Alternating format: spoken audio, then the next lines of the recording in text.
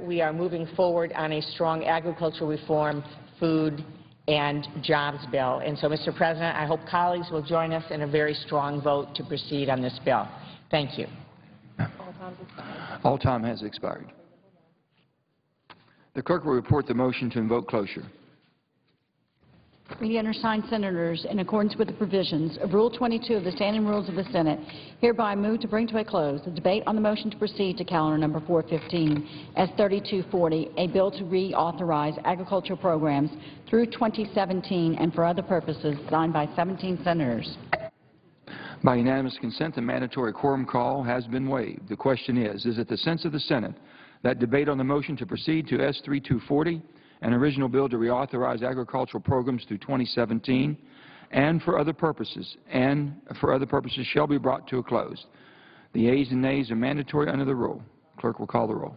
Mr. Akaka, Mr. Alexander, Ms. Ayotte, Mr. Barrasso, Mr. Baucus, Mr. Begich, Mr. Bennett, Mr. Bingaman, Mr. Blumenthal, Mr. Blunt, Mr. Bozeman, Mrs. Boxer, Mr. Brown of Massachusetts, Mr. Brown of Ohio, Mr. Burr, Ms. Cantwell, Mr. Cardin, Mr. Carper, Mr. Casey, Mr. Chambliss, Mr. Coates, Mr. Coburn, Mr. Cochran, Ms. Collins, Mr. Conrad, Mr. Coons, Mr. Corker, Mr. Cornyn, Mr. Crapo, Mr. DeMint, Mr. Durbin, Mr. Enzi, Mrs. Feinstein, Mr. Franken. Aye.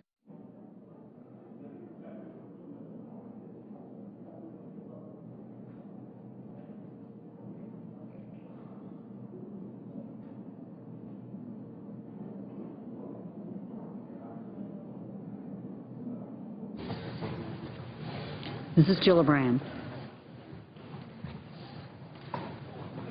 Mr. Graham. Mr. Grassley.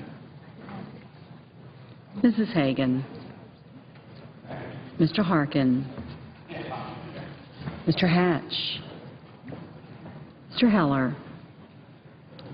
Mr. Hoven. Mrs. Hutchison. Mr. Inhofe. Mr. Inouye, Mr. Isaacson, Mr. Joe Hands, Mr. Johnson of Wisconsin, Mr. Johnson of South Dakota, Mr. Kerry, Mr. Kirk, Ms. Klobuchar, Mr. Cole, Mr. Kyle, Ms. Landrieu,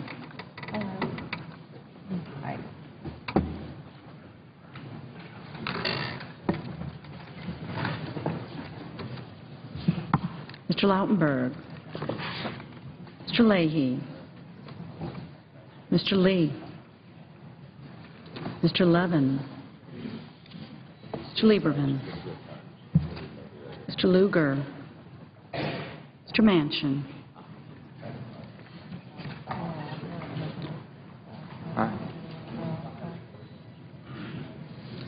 Mr. McCain, Mrs. McCaskill, Mr. McConnell, Mr. Menendez, Mr. Merkley, Ms. Mikulski, Mr. Moran, Ms. Murkowski, Mrs. Murray, Mr. Nelson of Nebraska, Mr. Nelson of Florida, Mr. Paul, Mr. Portman,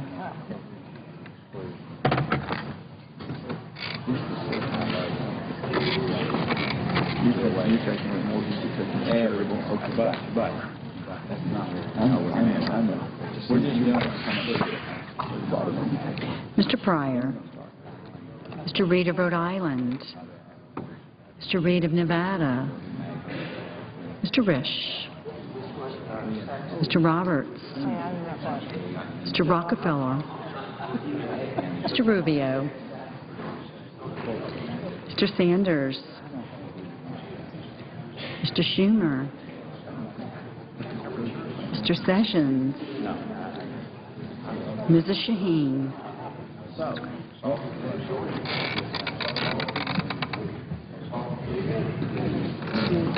Mr. Shelby, Yes. I think they must have worked something there. Ms. Snow. They must have worked something. Ms. Stabenow.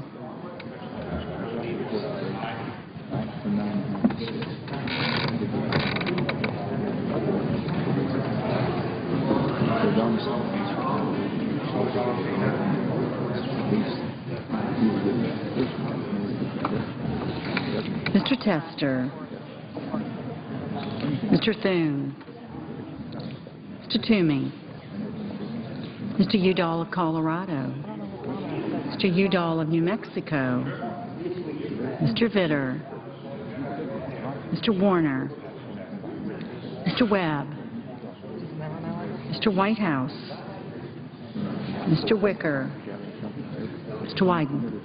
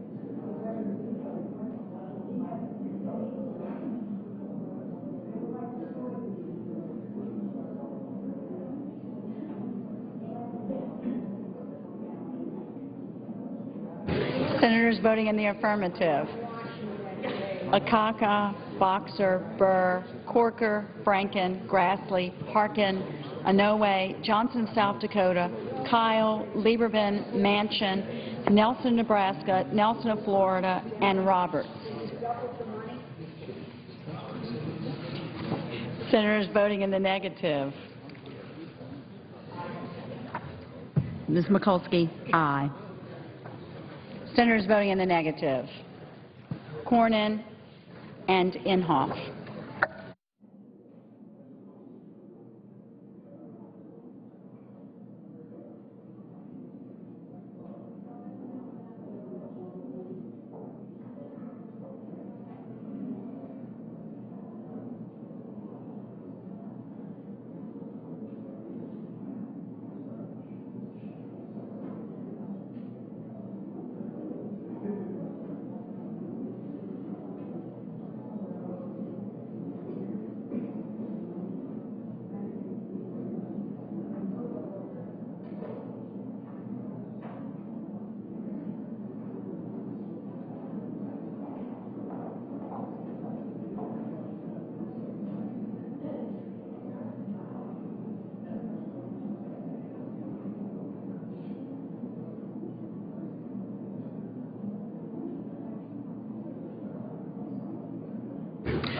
Mr. Dement, no.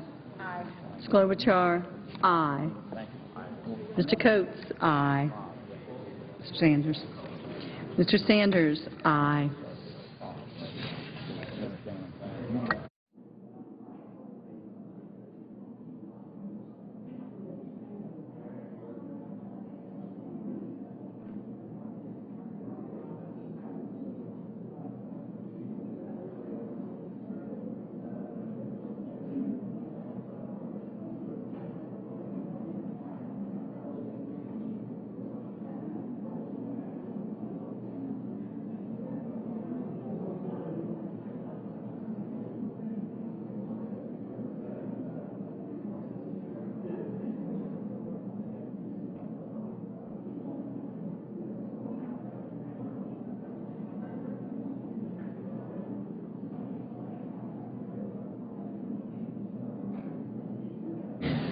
Mr. Johans, aye.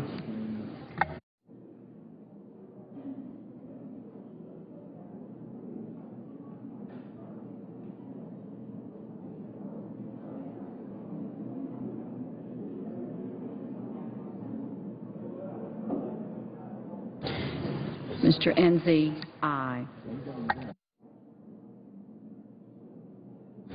Mr. Bingaman, aye.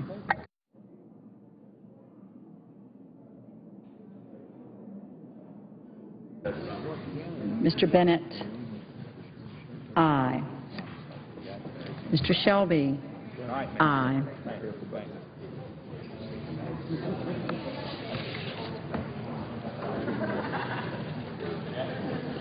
Mr. Reed of Nevada, aye.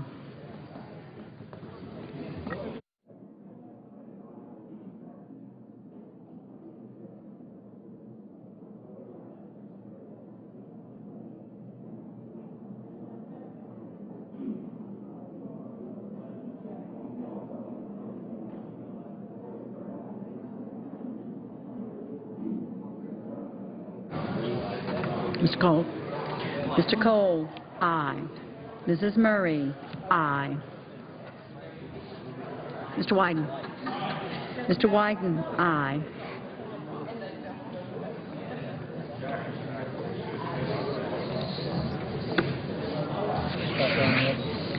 Mr. Brown of Massachusetts, aye. Ms. Collins.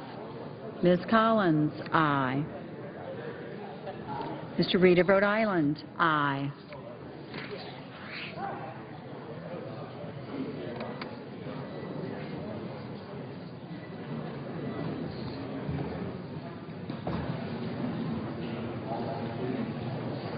Mr. Rockefeller, aye.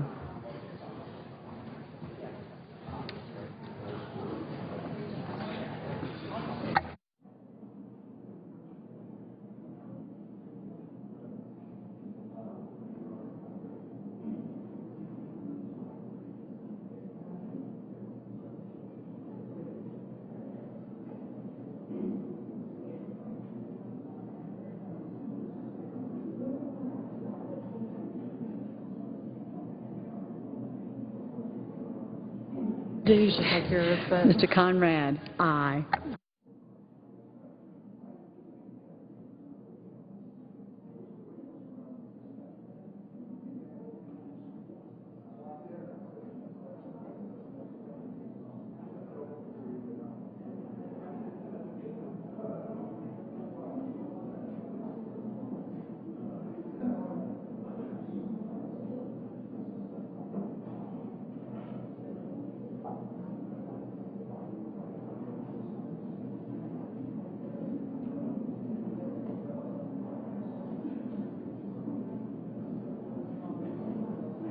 Mr. Blumenthal, aye. Mr. Tester, aye.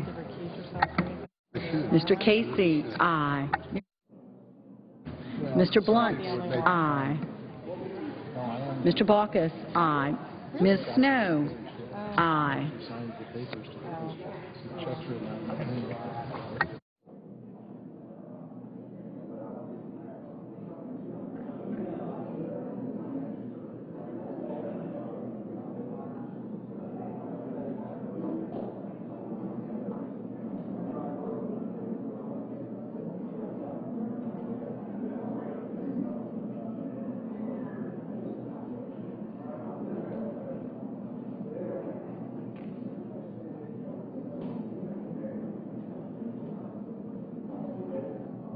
Mr. Leahy, aye. Ms. Stabenow, aye.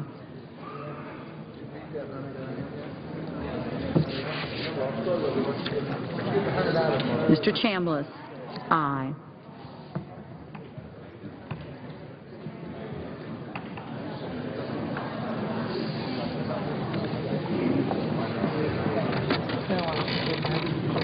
Yeah, it was just recalled. we usually get this what it is, when coaches involved, the status, and whatever, 11, whatever. And then so we keep it with our hour. So I was actually just trying to think what the best way was to like run time sheets. Usually this time sheet. Mr. Isaacson, aye. Mr. Lugar, aye. Equally divided. So I haven't figured out how to do that yet. Mrs. McCaskill, aye. Yeah, it's not really that difficult. It's just trying to figure out the best way to do it. It's probably to do two separate, like, time sheets. So then you just Mr. do them McConnell. individually and then put it on both. Mr. McConnell, aye. Mr. Wicker. For salary, get rid of it. Mr. Wicker, aye. I probably don't actually need to do it. Probably be good for me. I'm lost, so I could let them decide how they want to do it. Ms. Cochran. Mr. Cochran, aye. Mr. Graham, aye. Impose it upon other people.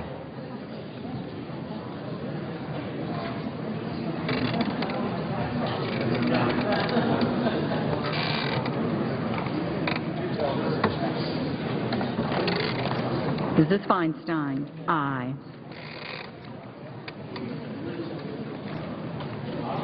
Mr. Menendez. Mr. Menendez, aye. Mr. Carper, aye. Mr. Udall of New Mexico, aye.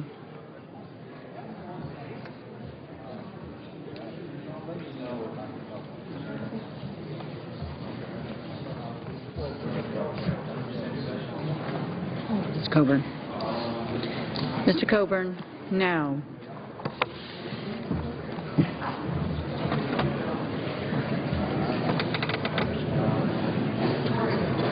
Mr. Toomey. Mr. Toomey, aye. Mr. Johnson. Mr. Johnson of Wisconsin, no. Mr. Thune, aye. Mr. Hoven.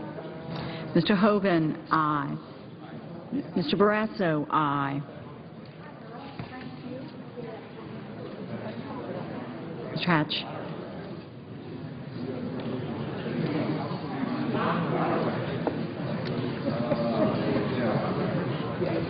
Yes,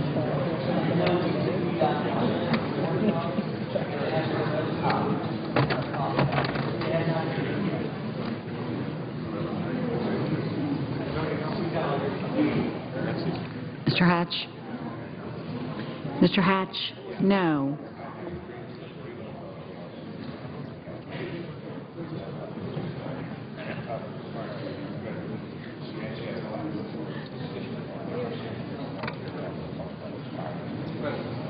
Mr. Alexander. Mr. Alexander, aye. Ms. Moran. Mr. Moran, aye.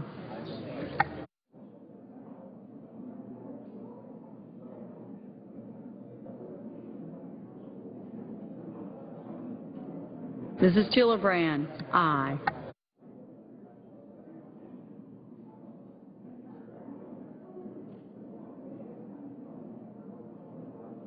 Mr. Durbin, aye. Mr. Coons, aye. Mr. McCain. Mr. McCain, aye. Mr. Cardin, aye. Mr. Webb. Mr. Webb, aye.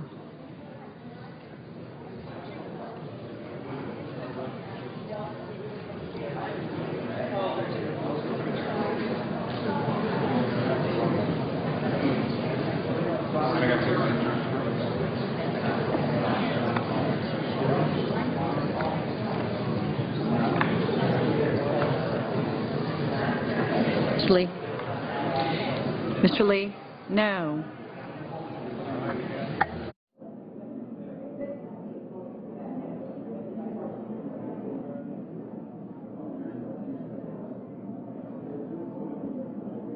Ms. Murkowski, aye.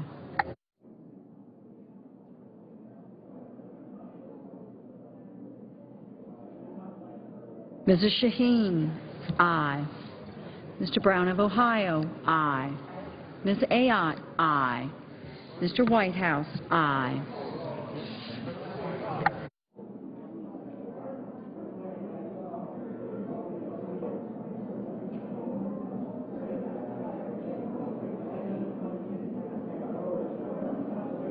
Ms. Landrieu, aye. Mr. Carey, aye.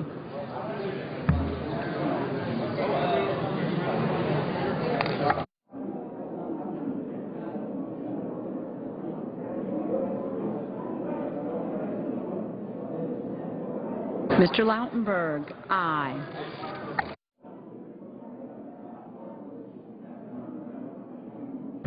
Mr. Sessions, aye. Mr. Risch, aye.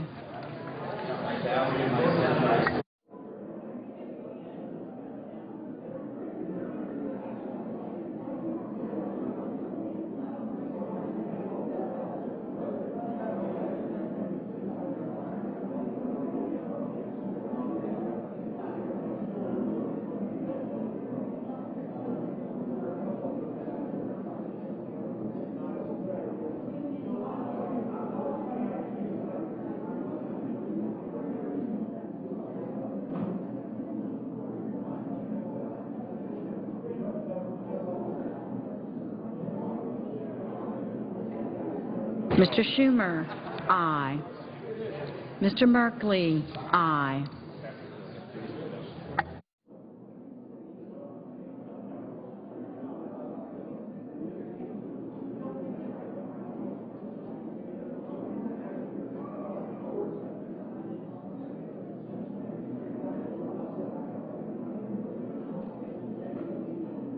Mr. Beckich, aye. Mrs. Hagan, aye. Mr. Portman, aye.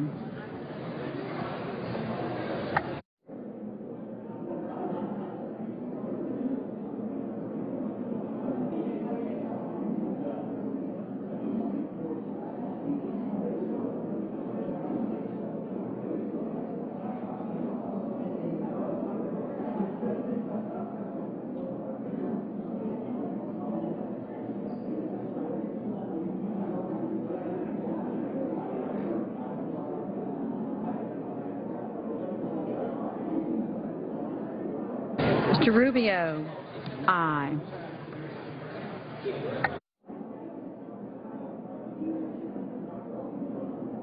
Mrs. Hutchison, aye. Mr. Levin. Mr. Levin, aye. Mr. Bozeman, aye. Mr. Pryor, aye.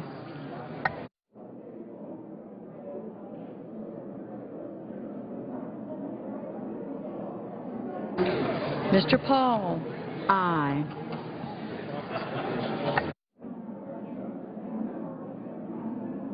Mr. Udall of Colorado, aye.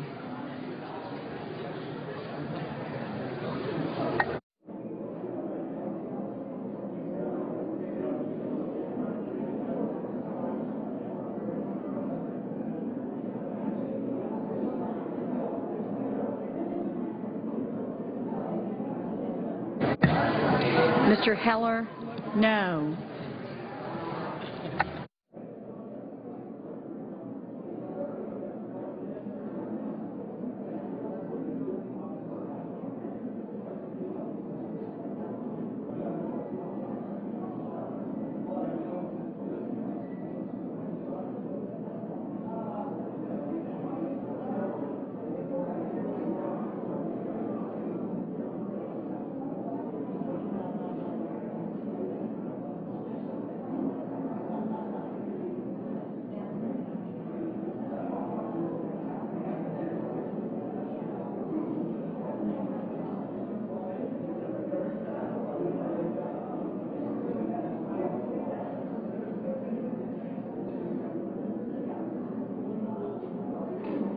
Mr. Crapo, aye.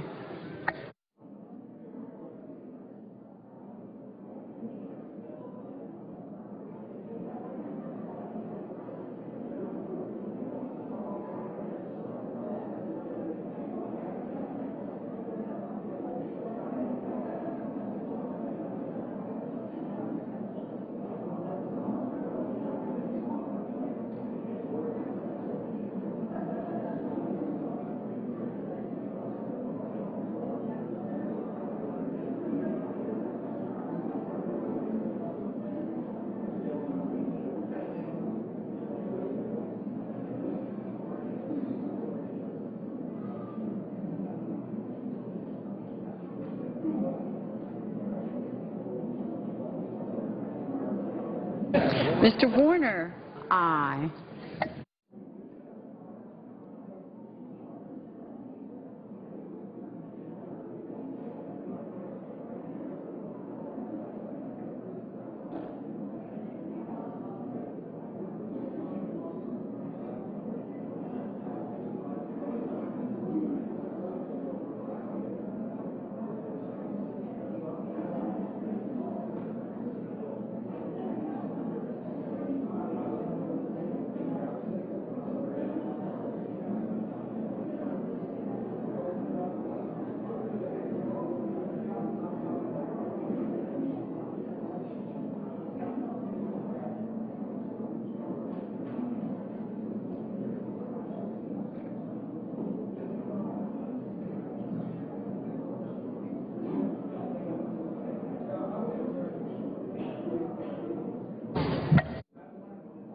Cantwell.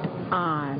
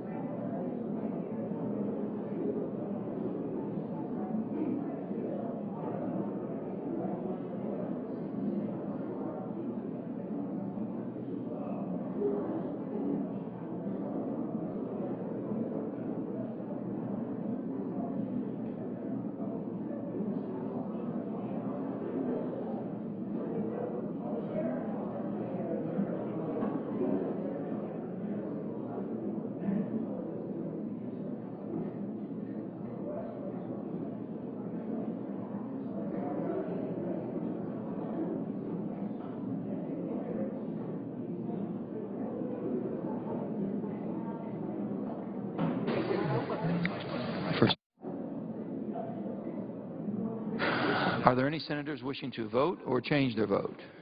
If not, on this vote, the yeas are 90, the nays are 8. 3/5 of the senators duly chosen and sworn having voted in the affirmative, the motion is agreed to. Under the previous order, there will be an hour of debate, equally divided and controlled between the two leaders or their designees, with the Republicans controlling the first half and the majority controlling the final half. Mr. President, Senator from Iowa. political leaders from the Democratic side of the aisle Senate will be in order.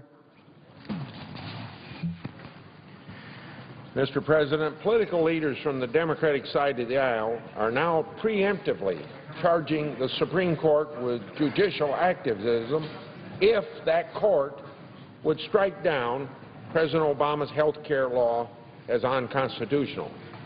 I cannot remember when such a significant threat to judicial independence was made by attempting to affect the outcome of a pending case. It's an outrageous attack on the separation of power.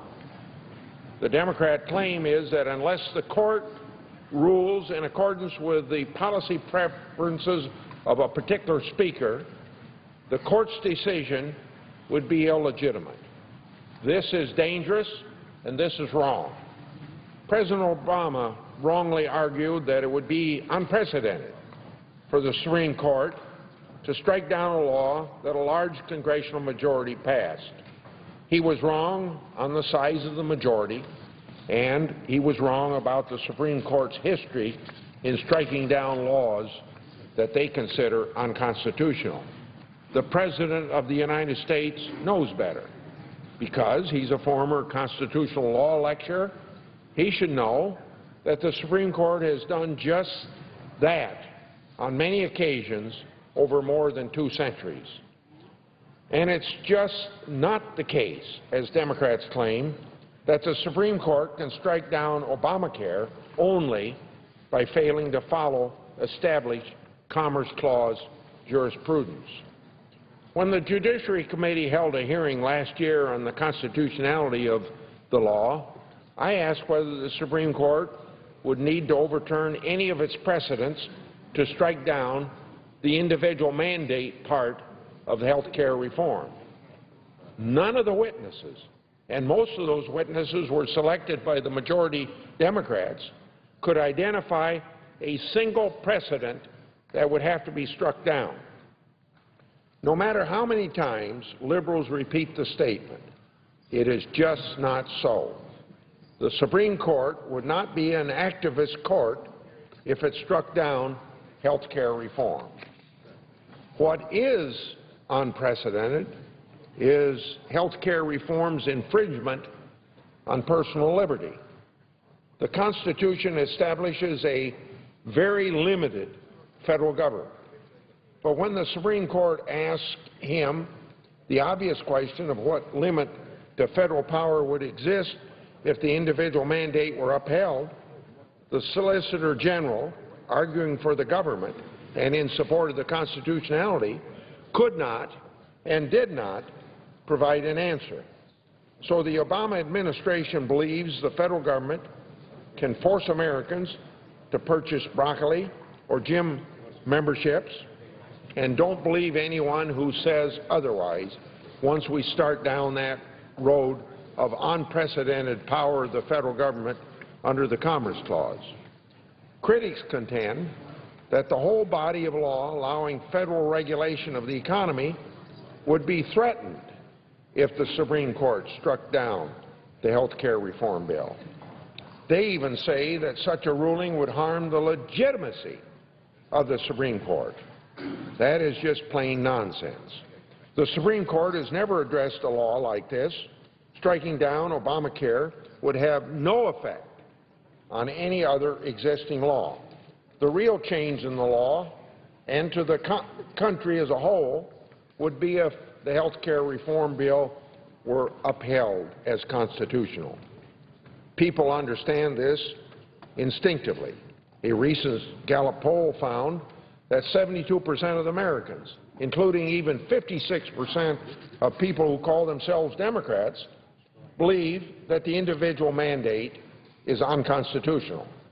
So they clearly would accept the legitimacy of a ruling striking down the individual mandate. There is a constitutional law professor I'm familiar with who leans on the conservative side.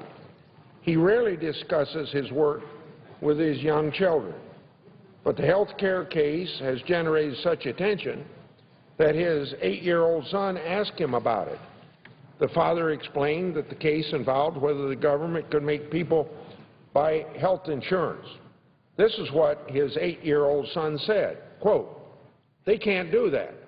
This is a free country," end of quote.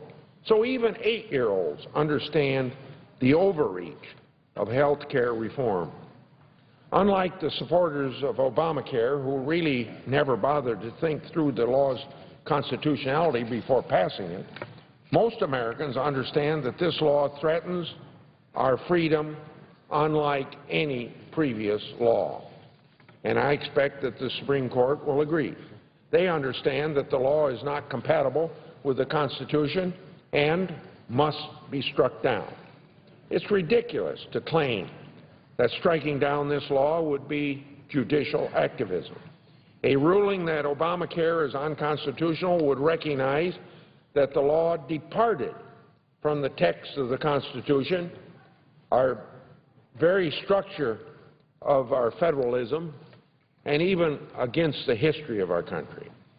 As for Judge McConnell, as former Judge McConnell has written, judicial activism cannot be defined one way when the meaning of actual constitutional text is at issue, and another way when the words of the Constitution are silent on questions such as same-sex marriage and abortion.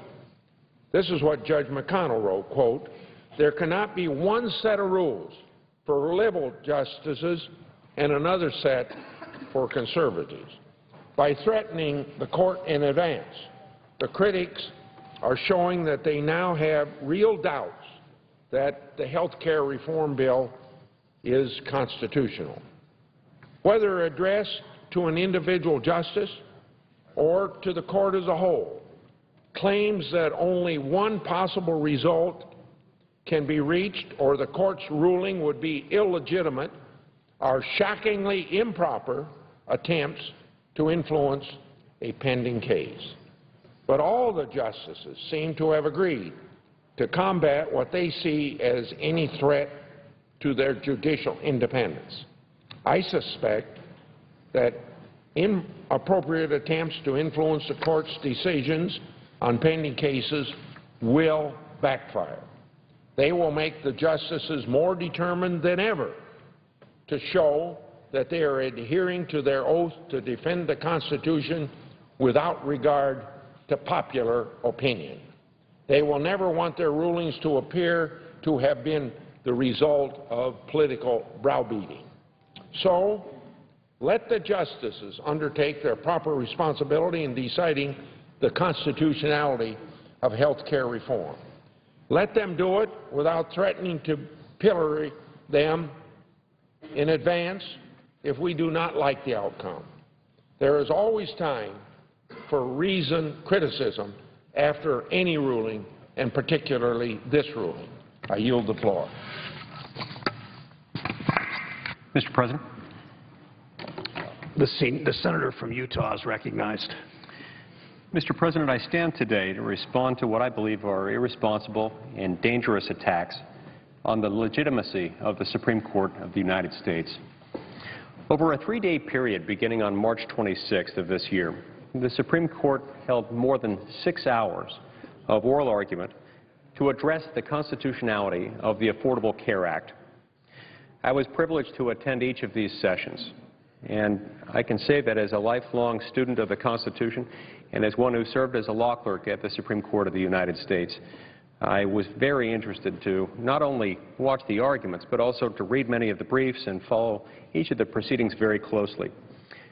Like so many others who watched or read these proceedings, I was most impressed by the quality of the questions, the quality of the advocacy, and the overall discussion that took place in the Supreme Court. Through their questions, the justices showed keen interest in the nature of the arguments made in support of Obamacare. For example, Justice Kennedy asked whether, under the administration's theory of the Commerce Clause, there could be any meaningful limitation on the federal government's power under the Commerce Clause. He asked specifically, can you create commerce in order to regulate it? Such questions and hypotheticals are common, and they are a useful way by which lawyers and judges tend to test the basic principled limits enshrined in our Constitution. If the federal government may compel commerce so that it may regulate the resulting commercial activity, there would arguably be little, if any, limit to the scope of federal power. There would be no aspect of our individual lives that the federal government could not dictate and control. Such an all-powerful authority is, of course, flatly inconsistent with the Constitution's doctrine of enumerated powers. This principle that is perhaps more well settled than any other principle within our almost 225-year-old founding-era document. Based on the justices' questions at oral argument, many commentators, myself included, have predicted that the Supreme Court may well choose to invalidate the individual mandate of the Affordable Care Act. Apparently anticipating this possible outcome, some of my colleagues, as well as President Obama, have made statements suggesting that it would somehow be improper for the Supreme Court to invalidate the Affordable Care Act. They've asserted that striking down an act of Congress like this one would somehow amount to judicial activism, and that that would otherwise be wildly inappropriate. They've criticized some of the questions asked by individual justices, and they've even gone so far as to suggest that those justices who might vote to invalidate the Affordable Care Act would do so for reasons representing bias or partisan political motivations. This reminds me of the old saying that you can often tell in a particular game which team's losing by which side happens to be yelling at the referee. In response to these false and frankly reckless statements, I'd like to make 3 points. First, attempts to manipulate or to bully the Supreme Court, especially during deliberations in a particular proceeding, are irresponsible, and they tend to threaten the very fabric of our constitutional republic. Each justice has sworn an oath to support, defend, and bear true faith and allegiance to the Constitution, and to discharge his or her duties faithfully and impartially. From time to time, politicians and others may disagree with the court as to important constitutional issues, or even on the merits of a particular case. I certainly feel that way myself from time to time.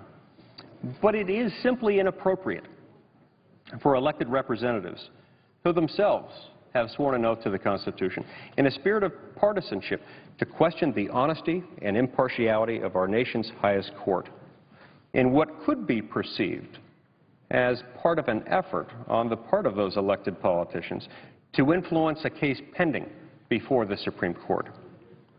Second, criticisms of the well-established principle of judicial review grossly misrepresent how our constitutional republic functions. President Obama and some members of this body have suggested that the judiciary, which they sometimes denigrate as a group of unelected people, should simply defer to Congress. But of course, each branch of government, including the judiciary, has an essential duty under the Constitution to police its own actions, to make sure that its own actions comply with the text, the spirit, and the letter of the Constitution. Congress and the executive branch should police themselves to make sure that they don't transgress those limits. But when the political branches happen to overstep their own boundaries, their own legitimate limits, as I believe happened with the individual mandate, the Supreme Court can, and indeed must, enforce the Constitution. In a recent appearance before the Judiciary Committee, Justice Breyer explained, "We are the boundary patrol." The Constitution sets boundaries, of course. That's what's at issue here. This foundational principle applies to popular laws just as much as it applies to unpopular laws. Now, the vast majority of Americans, about 74%, according to one recent poll, oppose the Obamacare individual mandate. Now, the Supreme Court will not strike it down merely because it's unpopular. But the court must do so if the mandate exceeds the authority granted to Congress under the Constitution. That's what's at issue here. Third, and finally, it simply is not the case that a court can properly be described as activist just because it enforces the Constitution's structural limits on federal power. In this context, it's not altogether helpful to focus the discussion of whether the court's acting properly on the contours of the word activist or activism. We have to remember that for the Supreme Court, not acting to invalidate an unconstitutional law is every bit as bad, is every bit as repugnant to the rule of law and to the Constitution as it is for the court to act to invalidate a law that is entirely justified on a constitutional basis. Both are the product of a betrayal of the Supreme Court's duty to decide cases according to the laws and to the Constitution of the United States of America. When the Supreme Court acts to enforce the Constitution's limits on federal power, as I expect it may do in the Affordable Care Act case, it does so pursuant to specific textual provisions of the Constitution. Enforcing the law in this undeniably legitimate manner is not activist. Rather, it is an essential function of the judiciary in preserving the liberties guaranteed by our Constitution. Among those liberties, of course, are those protected by perhaps the most important fundamental component of the Constitution, this notion that we are all protected when the power of Congress and the power of the federal government as a whole is restricted.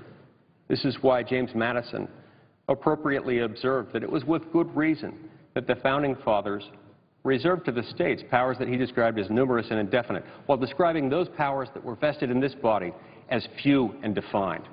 We're all safer, we're all more free, we're all more prosperous to the extent that we stand by this most important fundamental precept of the Constitution. That's what's at issue in this case. I hope and I trust that moving forward, President Obama and my colleagues in this body will refrain from attempting to bully the Supreme Court or seeking to misrepresent the Court's important work in fulfilling its constitutional duties. Let's stop yelling at the referees and let the Supreme Court do its job while we do ours. Thank you. Mr. President. Senator from Arizona is recognized. Thank you, Mr. President. I wanted to speak to this same question. As everyone knows, a ruling on the constitutionality of Obamacare is expected later this month, and I think it's important that it be done in the right context here. Now, a lot of our Democratic colleagues have made clear their view that if the ruling doesn't go the way they want it to, it's not because they've passed an unconstitutional law, but rather, in their view, because it's some kind of a partisan activity by judicial activists, and a lot of attention has been specifically focused on Chief Justice Roberts. Well, this should not stand. The President himself actually started this, I think, when he said, and I'll quote what he said, "I'm confident that the Supreme Court will not take what would be an unprecedented, extraordinary step of overturning a law that was passed by a strong majority of a democratically elected Congress," end of quote. Well, never mind that it wasn't passed by a strong majority. And by the way, the chairman of the Judiciary Committee said something similar very recently, basically issuing a warning to Chief Justice Roberts on the floor of the Senate, stating that a 5-4 decision to overturn the law would be controversial. He said, and I quote, "I trust that he will be a Chief Justice for all of us and that he has a strong institutional sense of the proper role of the judicial bench." In other words, the intimation here is that if the decision doesn't go their way, the Court's reputation and specifically the reputation of Chief Justice Roberts are on the line. Well, the Wall Street Journal wrote about this, and others have, talking about the threats by the President and certain other members of his party with warnings, and I'm quoting again as they wrote it, "Mr. Roberts has a choice, either uphold Obamacare or be portrayed a radical who wants to repeal the New Deal and a century of precedent," end of quote. So let's clear up a few things. First of all, as I said, the law was not passed by a strong majority in Congress. It was passed exclusively by Democrats. Not a single Republican supported it. It was the first time in history that a major domestic legislation was passed by one party. That's really not the key point in terms of the constitutionality of the law, however. The key point is that the Court's job is, as Chief Justice Roberts said at his confirmation hearing, to work as an umpire, calling the balls and strikes as the Court sees them. Non-legal arguments, like the Court's decisions, have to be popular or unanimous. Those are just unserious and, frankly, political rhetoric. We all know that in 1803, in the Marbury v. Madison case, the U.S. Supreme Court established the review of congressional action under Article III of the Constitution, and since then, courts have overturned hundreds of laws. It would hardly be, therefore, unprecedented or extraordinary for the Court to overturn a congressional enactment, as the President has said. As the Supreme Court noted in that case, courts determining whether acts of the legislative branch are consistent with the Constitution is the very essence of judicial duty. And the Court further noted that the Constitution is superior to any ordinary act of the legislature. And if the two conflict, the Constitution and not such ordinary act must govern the case to which they both apply, end of quote. The actual substance of the case, which Democrats seem eager to avoid talking about, is that Obamacare, if upheld, empowers the federal government to order its citizens to purchase particular goods and services that the government believes its citizens must have.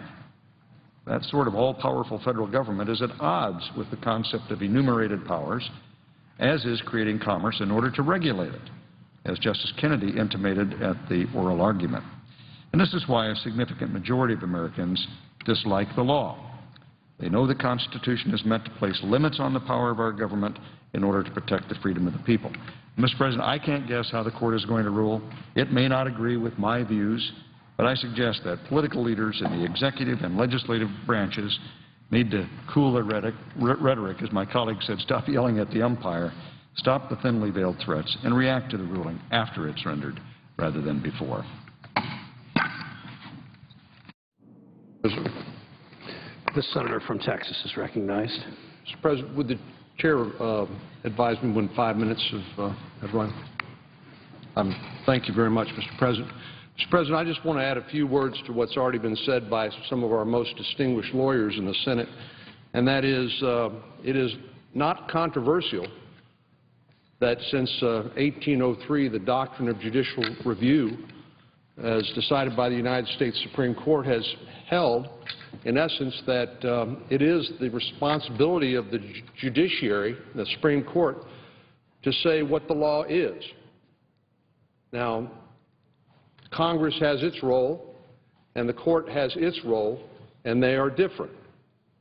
And you can tell one reason they're different is because Congress is elected every 6 years in the Senate, every 2 years in the House. We are accountable to the people for our decisions, for the policies we vote for and against, and that's why we're called the political branches of government, as is the executive branch. The President stands for election. And it's, in essence, every presidential election, every congressional election, it's a referendum on the people and the policies that they embrace. This role of the Supreme Court in the federal courts is very different, as we all know, and it's really kind of remarkable to me we're even having this conversation, but it's necessitated by the fact that the President and the distinguished chairman of the Senate Judiciary Committee have said at different times in different places, have questioned the legitimacy of the Supreme Court performing this function, which Chief Justice John Marshall wrote about in 1803 in Marbury versus Madison. And that is the role, the emphatic duty of the court to say what the law is. So if it's Congress's responsibility to write the policies and to write legislation, how is it different from the judiciary? Well, sometimes the judiciary interprets that legislation, trying to figure out what Congress intended. But in the area of constitutional review, more fundamentally, they want to make sure that Congress has stayed within the limits imposed upon it by the American people when they ratified the United States Constitution. And, of course, that is the Rigg decision in the health care case. It's almost unprecedented. You probably have to go back to the 19th century to find where the Supreme Court gave so much time for advocates to argue a Supreme Court case. Ordinarily, it's very strict time limits, but here the court set 3 days' worth of arguments down because of the importance of the case and importance of the issues that the court will be called upon to decide. And my colleagues have already talked about the fact that the individual mandate has been the focus of so much attention. It's not the only issue. There is another very important issue in terms of whether the Congress and the federal government can commandeer state resources through a huge expansion in Medicaid, which is then forced down on the states that they then have to accommodate within their state balanced budget requirements. But the individual mandate, certainly, we saw how the Solicitor General of the United States stumbled, not because he's inarticulate or incapable. He is very articulate. He's a very capable lawyer, but he simply didn't have a good argument to make when he was asked, what is the principal limitation on the federal government's authority under the Commerce Clause if the federal government can do this? Stated another way, what is it that the Congress can't do, the federal government can't do, if the federal government can force you to buy a government-approved product and then define you if you don't do that, which is the individual mandate argument. But so I don't think it's a controversial topic, and I'm kind of surprised that we even find ourselves here responding to the President's remarks and the Chairman of the Judiciary Committee's remarks, questioning the very authority that's existed since at least 1803 in Marbury versus Madison, the doctrine of judicial review and the role of the judiciary to say what the fundamental law of the land allows and does not allow in terms of federal power. But there's another argument being made, and that is if the Supreme Court comes out and disagrees with Congress on the health care law that somehow its legitimacy will be jeopardized. Now, I don't think public opinion polls have or should have anything to do with the way that the Supreme Court decides an issue, because their focus should be on the Constitution and not on the policy arguments. In other words, they shouldn't interfere with our role to make policy, because, of course, we are then held accountable to the voters, while they are given life tenure and they're given the protection of no reduction in their salary during their service on the bench, exactly for the reason that they need to be protected from public opinion, because their role is to focus on the Constitution. But I just close by saying that according to a recent poll, 74% of Americans want the court to strike down the individual mandate.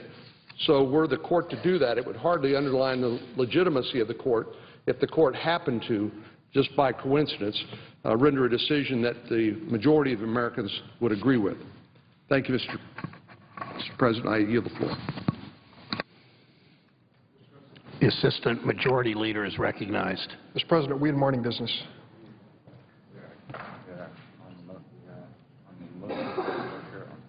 We're in the motion to invoke cloture and the motion to proceed to the agriculture, to the Then I ask consent to speak as if in morning business.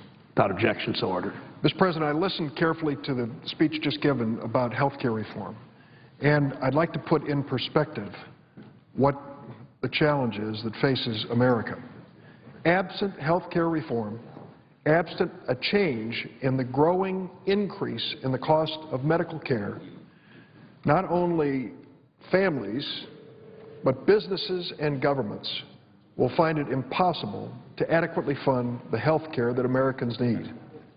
If we don't come together, as we tried with our health care reform bill, and dedicate ourselves to reducing the increase in the growth of the cost of medical care, and do it with an assurance of quality being protected, then the net result of all of this, I'm afraid, is going to end up with America with medical bills it can't pay.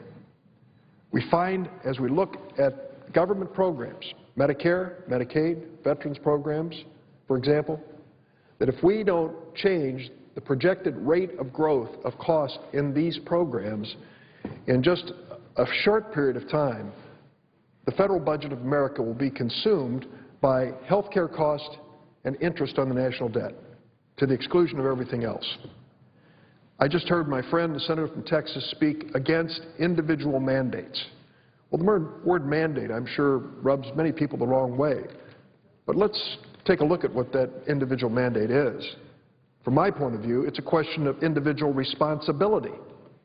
Whether or not individuals in this country have a responsibility to have health insurance. Some argue, of course not, they don't. And yet, the reality is that if we don't have some sort of individual responsibility, the people without health insurance will get sick, present themselves at the hospital, be taken care of, and their expenses will be shifted to all the rest of us, to everyone else. So to argue that people have no responsibility to have health insurance is an argument against individual responsibility, and an argument that others should have to pay for the medical bills of those who have no insurance. That, to me, is unfair as well. We had within the Health Care Reform Act protection against expensive premiums. We limited the amount that an individual would have to pay for health insurance to 8% of their income. We provided special help for those in lower income categories, and I think that in and of itself is an effort to strike the right balance. I've been given a note by the staff here that the Republican side has time left here, and I see my colleague, the senator from Alabama, has come to the floor, and I'll just yield to him at this point and resume after he's finished. Well, Senator from Alabama is recognized. You know, I know he's the assistant leader here of the majority and got a lot of things to do, and if you'd like to finish up now, I'd be glad to, I'm pleased to yield. Mr. President, American people are worried about the direction of our country, and for a good reason. They've witnessed a growing power and disregard for the Constitution and the limits that are placed on the central government. It is set forth in the Constitution. Our government is a government of limited powers. In essence, I hear my friend and colleague and able advocate, Senator Durbin, say the question is about medical care. The question is about, he thinks, is unfair that some people don't buy insurance, and therefore we ought to make them buy insurance. He thinks that's unfair. And we had a year-long, virtually, argument and debate in this Congress, and Senator Durbin prevailed.